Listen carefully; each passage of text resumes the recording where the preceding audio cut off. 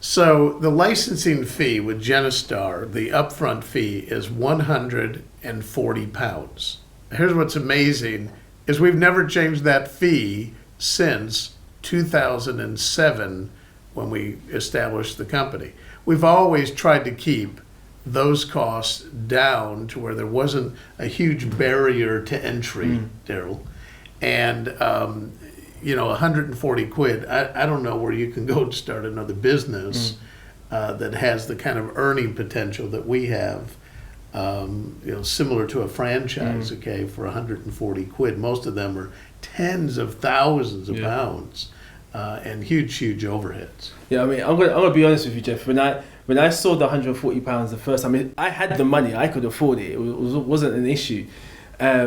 But sometimes you have all this fear and doubt. Is it going to be worth my time? Am I going to be any good at this? And I looked at the £140 and said, well, I've spent £140 on so many other things. I had nothing to show for it. I spent it on holidays I can't remember, clothes I can't fit into anymore, mobile phone bills, car fine, dates. So I spent it on so many other things. And I thought to myself, this is an investment in me. It's not a cost. It's not an expense. It's an investment. Yeah.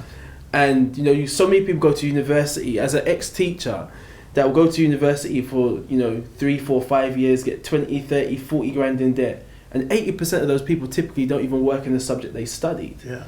So don't ever look at this as a cost, see it as an investment that you get in a business, coaching, mentoring, all the personal development for £140 investment. Yeah. I remember one of our leaders, his son was at university studying to become a doctor, and he said one textbook cost 140 quid, And Daryl, what does the £140 go to? Because we don't pay commissions on it.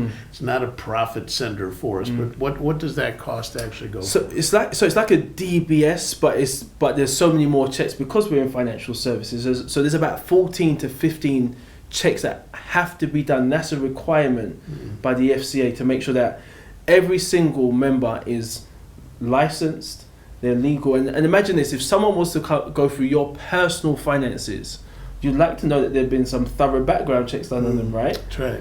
So it's to do all these thorough background checks to make sure that our consumers are protected, that we've got the right people going through their finances. And I'm going to be honest, Jeff, I mean, if you don't, and I mean this in the right way, if you don't have £140 in your savings account, at that point you really need an opportunity.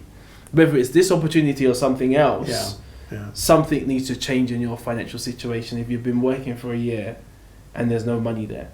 Yeah, if you've been working for 10 years and you couldn't save 14 quid a year, then something really needs to change. Absolutely. But that's what the fee goes for. And let me say this to you. You can't start a business for nothing, okay?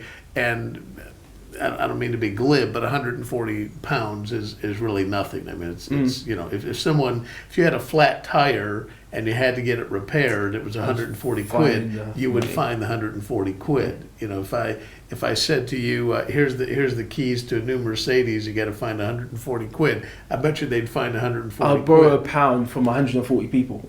Yeah, and here a person has the opportunity to be able to go earn extra income to go afford a Mercedes or a new home or whatever else it is that the goals are.